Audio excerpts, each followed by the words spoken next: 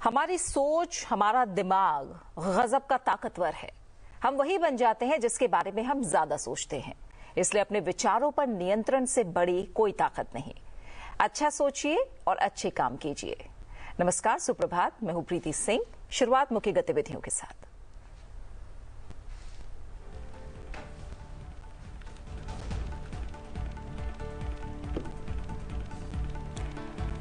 महिला दिवस पर महिलाएं संभालेंगी प्रधानमंत्री नरेंद्र मोदी का सोशल मीडिया अकाउंट। नमो ऐप पर देश की महिलाओं से अपनी जीवन यात्राएं साझा करने का आग्रह।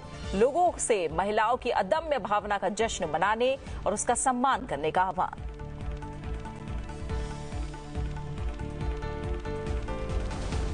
पोस्ट बजट वेबिनार में शामिल होंगे पीएम मोदी। वीडियो कॉन्फ्रेंसिंग के जरिए लेंगे हिस्सा। टेक्नोलॉजी अपनाने पर केंद्रित होगी चर्चा। एमएसएमई, निर्यात और नियामक सुधारों, औद्योगिक, व्यापार और ऊर्जा रणनीतियों पर होगा मंथन। राष्ट्रपति द्रौपदी मुर्मू ने राष्ट्रपति भवन में विजिटर कॉन्फ्रेंस 2024-25 का किया उद्घाटन। विजिटर अवार्ड्स 2023 किए प्रदान। समारोह को संबोधित करते हुए उच्च शिक्षा संस्थानों के प्रमुखों से कहा, ज्ञान अर्थव्यवस्था के केंद्र के रूप में भारत को स्थापित करने के लक्ष्य में महत्वपूर्ण भूमिका। आज करेंगी कॉन्फ्रेंस का समापन।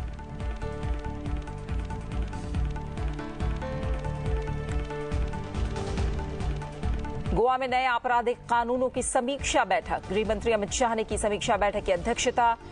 न्याय के लक्ष्यों का सख्ती से पालन करने के निर्देश। अधिकारियों को मामले की नियमित निगरानी का आदेश।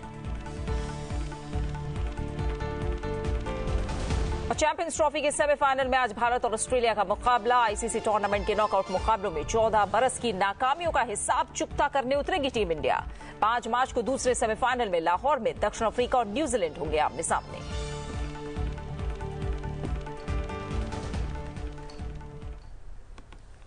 प्रधानमंत्री नरेंद्र मोदी आज वीडियो कॉन्फ्रेंसिंग के जरिए बजट के बाद होने वाले 3 वेबिनार में शामिल होंगे। वेबिनार के विषयों में एमएसएमई और कारोबारी सुगमता शामिल है। आज दोपहर लगभग 12:30 बजे होने वाला ये वेबिनार एमएसएमई को विकास का इंजन, निर्माण, निर्यात और परमाणु ऊर्जा मिशन और नियामक सुधार, निवेश, ईज ऑफ डूइंग बिजनेस विषयों पर केंद्रित होंगे। प्रधानमंत्री नरेंद्र मोदी इन कार्यक्रमों में उपस्थित लोगों को संबोधित भी करेंगे। वेबिनार सरकारी अधिकारियों, उद्योगपतियों और व्यापार विशेषज्ञों को भारत की औद्योगिक, व्यापार और ऊर्जा रणनीतियों पर विचार विमर्श करने के लिए एक प्लेटफॉर्म की तरह काम करेगा। इनमें बजट में घोषित योजनाओं के क्रियान्वयन, निवेश, सुविधा और तकनीक को अपनाने पर विशेष ध्यान दिया जाएगा। साथ ही निजी क्षेत्र के विशेषज्ञों और उद्योग प्रतिनिधियों के साथ मिलकर बजट के लक्ष्यों को प्रभावी ढंग से पूरा करने की दिशा में रणनीति तैयार की जाएगी। इन चर्चाओं का उद्देश्य बजट के परिवर्तनकारी प्रावधानों को धरातल पर उतारने के लिए हितधारकों के बीच समन्वय बढ़ाना है। ये पहल देश में नीतिगत सुधारों और आर्थिक विकास को गति देने में महत्वपूर्ण भूमिका निभाएगी।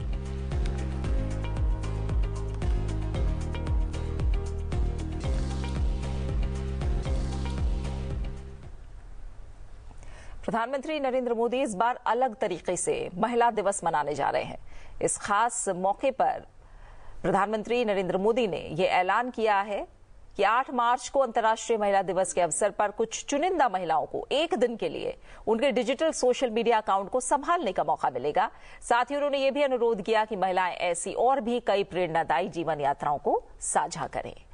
प्रधानमंत्री नरेंद्र मोदी ने सोशल मीडिया प्लेटफॉर्म एक्स पर कहा, मैं नमो ऐप ओपन फोरम पर बहुत ही प्रेरक जीवन यात्राओं को साझा होते देख रहा हूं, जिनमें से कुछ महिलाओं को 8 मार्च को महिला दिवस पर मेरे डिजिटल सोशल मीडिया अकाउंट को संभालने के लिए चुना जाएगा। मैं महिलाओं से ऐसी और भी जीवन यात्राओं को साझा करने का अनुरोध करता हूं।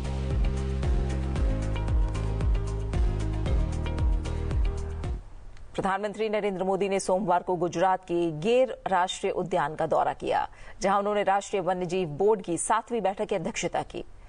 इस बैठक में अलग अलग पहलुओं की समीक्षा की गई है। इनमें नए संरक्षित क्षेत्रों के निर्माण और project tiger, project elephant, project snow leopard जैसी प्रजाति विशिष्ट प्रमुख कार्यक्रमों में उपलब्धियों पर चर्चा भी हुई।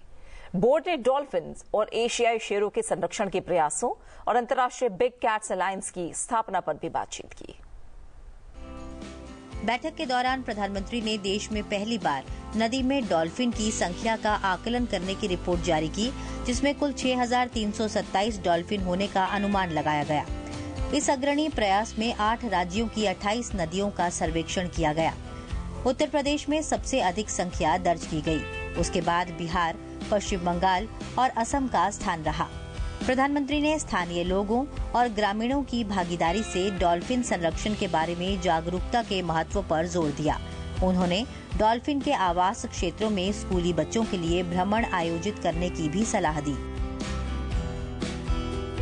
इस मौके पर प्रधानमंत्री ने जूनागढ़ में राष्ट्रीय वन्यजीव रेफरल सेंटर की आधारशिला भी रखी, जो वन्यजीव स्वास्थ्य और रोग प्रबंधन से संबंधित विभिन्न पहलुओं के समन्वय और प्रशासन के लिए केंद्र के रूप में कार्य करेगा। प्रधानमंत्री ने वर्ष 2025 में शेरों की संख्या का आकलन करने के 16वें चक्र की शुरुआत की घोषणा की। एशियाई शेरों की जनसंख्या का आकलन हर 5 वर्ष में एक बार किया जाता है, जो पिछली बार वर्ष 2020 में किया गया था।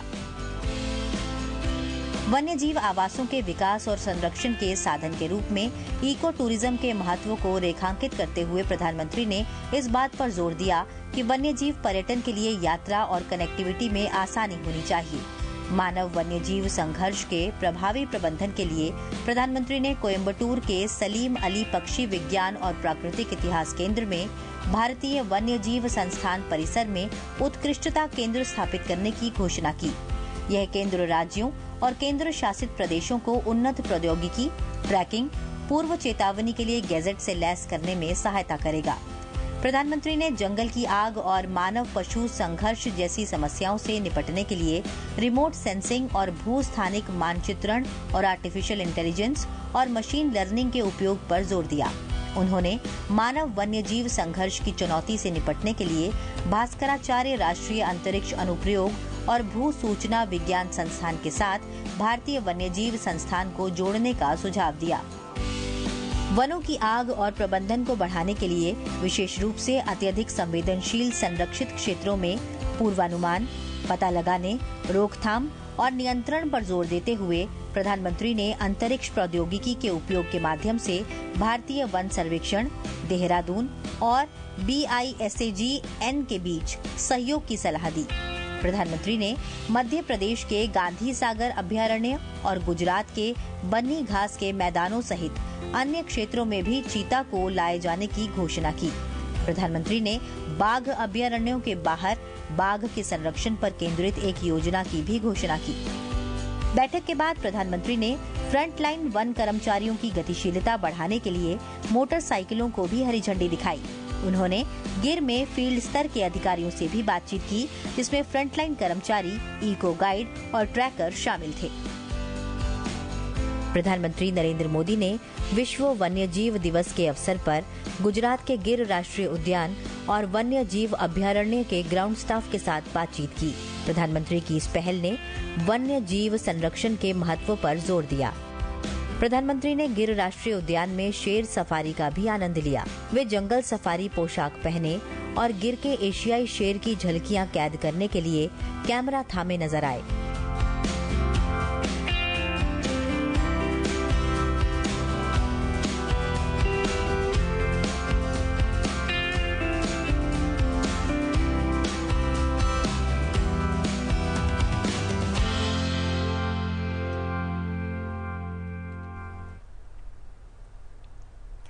राष्ट्रपति द्रौपदी मुर्मू ने विजिटर कॉन्फ्रेंस 2024-25 को संबोधित किया।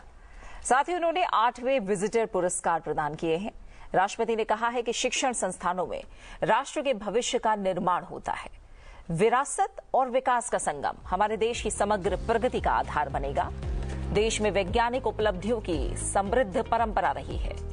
राष्ट्रपति ने कहा कि उत्कृष्टता के साथ सामाजिक समावेश और संवेदनशीलता भी हमारी शिक्षा व्यवस्था का अनिवार्य पक्ष होना चाहिए। किसी भी देश के विकास का स्तर उस देश की शिक्षा व्यवस्था की गुणवत्ता में साफ झलकता है। किसी भी देश के विकास का स्तर उस देश की शिक्षा व्यवस्था की गुणवत्ता में साफ झलकता है। जिस देशों में साइंस और टेक्नोलॉजी के सबसे प्रभावी कार्य हो रहे हैं, प्रायः उन्हीं देशों के ह्यूमन डेवलपमेंट इंडिसेस भी बेहतर है। राष्ट्रीय शिक्षा नीति को लागू हुए लगभग 5 वर्ष हो रहे हैं। उच्च शिक्षण संस्थानों से जुड़े सभी लोगों को यह सुनिश्चित करना है कि राष्ट्रीय शिक्षा नीति के भी सभी और हम और भी तेज गति से आगे बढ़े। भारत को नॉलेज इकोनॉमी के महत्वपूर्ण केंद्रों के रूप में स्थापित करने का लक्ष्य प्राप्त करने में आप सबके निर्णायक भूमिका है। शिक्षण के साथ साथ शोध कार्यों पर भी बहुत ध्यान देने की आवश्यकता है। और इस बीच उपराष्ट्रपति जगदीप धनखड़ ने अपनी पत्नी डॉक्टर सुदेश धनखड़ के साथ राष्ट्रपति भवन में राष्ट्रपति द्रौपदी मुर्मू से मुलाकात की।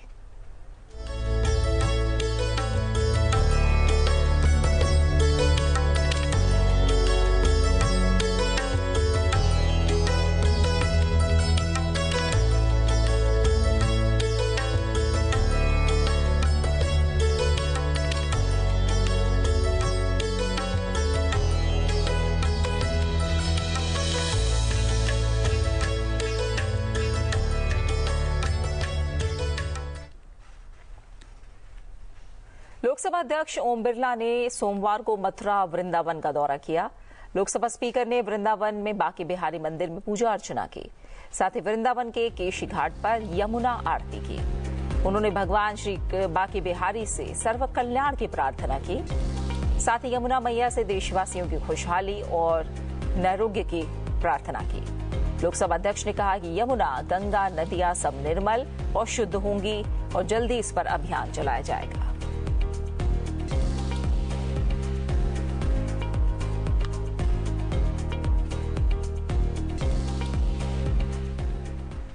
गृहमंत्री अमित शाह ने सोमवार को गोवा में नए आपराधिक कानूनों के कार्यान्वयन पर नई दिल्ली में समीक्षा बैठक की अध्यक्षता की। उन्होंने कहा कि 3 नए आपराधिक कानून को असरदार ढंग से लागू करने में गोवा को एक मानक स्थापित करना चाहिए और एक आदर्श राज्य बनना चाहिए।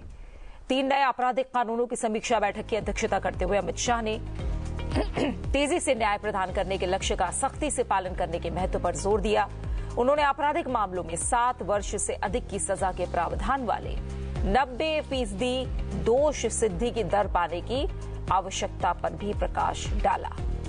वरिष्ठ पुलिस अधिकारियों से उन्होंने कहा कि वो संबंधित प्रावधानों के दुरुपयोग को रोकने के लिए संगठित अपराध, आतंकवाद और भीड़ द्वारा हत्या से संबंधित मामलों की नियमित निगरानी करें।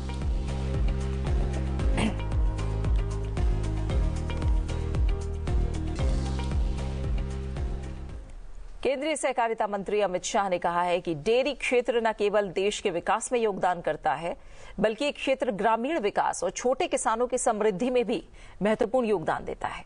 नई दिल्ली में डेयरी क्षेत्र में संधारणीयता और सर्कुलरिटी पर कार्यशाला का उद्घाटन करते हुए सहकारिता मंत्री अमित शाह ने कहा कि ये हमारे देश की पोषण की चिंता करता है, देश को दुनिया का नंबर 1 दूध उत्पादक बनाने में योगदान देता है और कृषि के अलावा किसानों को अतिरिक्त आय का भी बड़ा जरिया है।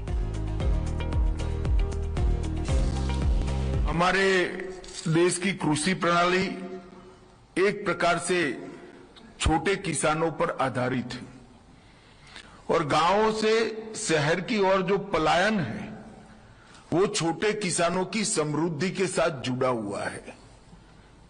अगर इस समस्या से निजात पाना है और छोटे किसानों को समृद्ध बनाना है तो हमारे पास डेयरी के अलावे कोई विकल्प है नहीं, बहुत कम विकल्प है। और डेयरी क्षेत्र की सभी संभावनाओं को 100% एक्सप्लोर करने के लिए होलिस्टिक अप्रोच के साथ एक काम करने के लिए इस सेमिनार मैं मानता हूं बहुत उपयोगी सिद्ध होगा। विगत 10 साल के अंदर खेती में खुशहाली देखने की एक अच्छी शुरुआत हुई है। गांव से ग्लोबल तक जाने का हौसला भी बढ़ा है और पद्धतियां भी बनी हैं। समूह से सफलता पाने का विश्वास कोऑपरेटिव के माध्यम से बढ़ता हुआ दिखाई पड़ता है और फार्म से फैक्ट्री तक की पूरी चेन ग्रामीण क्षेत्र में ही हो, इस पर भी अब बल देने का समय आ गया है।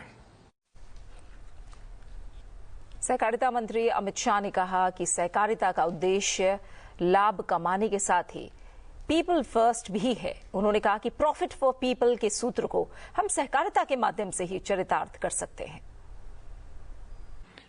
सहकार से शक्ति, सहकार से सहयोग और सहकार से समृद्धि, ये तीनों सूत्रों को हम चरितार्थ करने के लिए काफी कुछ आगे बढ़ चुके हैं।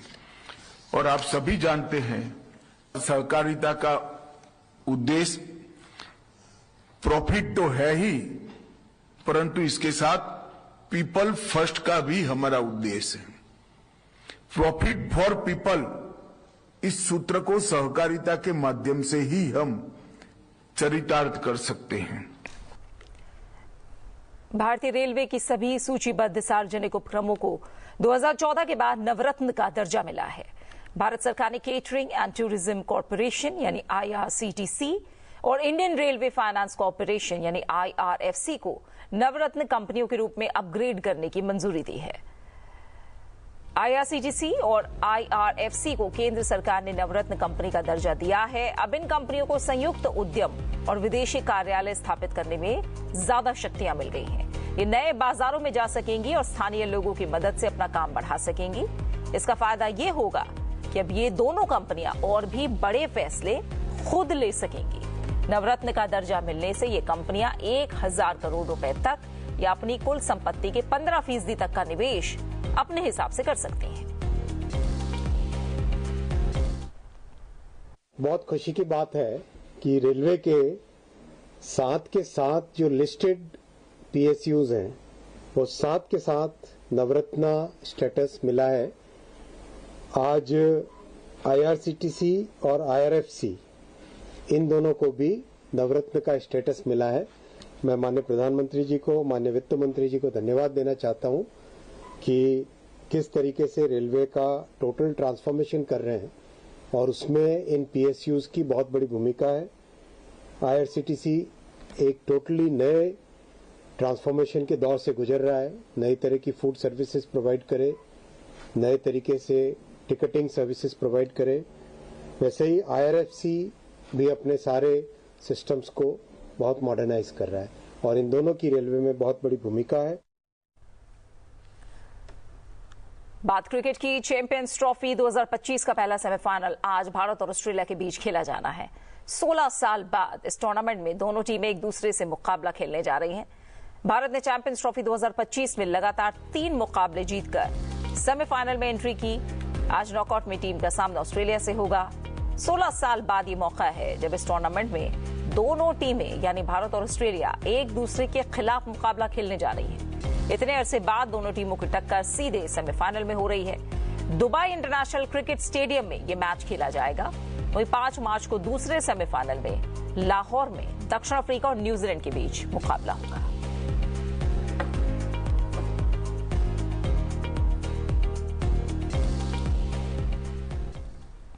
विश्व वन्यजीव दिवस पर प्रधानमंत्री नरेंद्र मोदी ने गिर राष्ट्रीय उद्यान में रोमांचक लायन सफारी का आनंद लिया। जाते जाते आपको छोड़ जाते हैं इससे जुड़ी रोमांचक तस्वीरों के साथ। फिलहाल मुझे दीजिए इजाजत। अपना अच्छे से ख्याल रखिए और बने रहिए संसद टीवी के साथ। नमस्कार।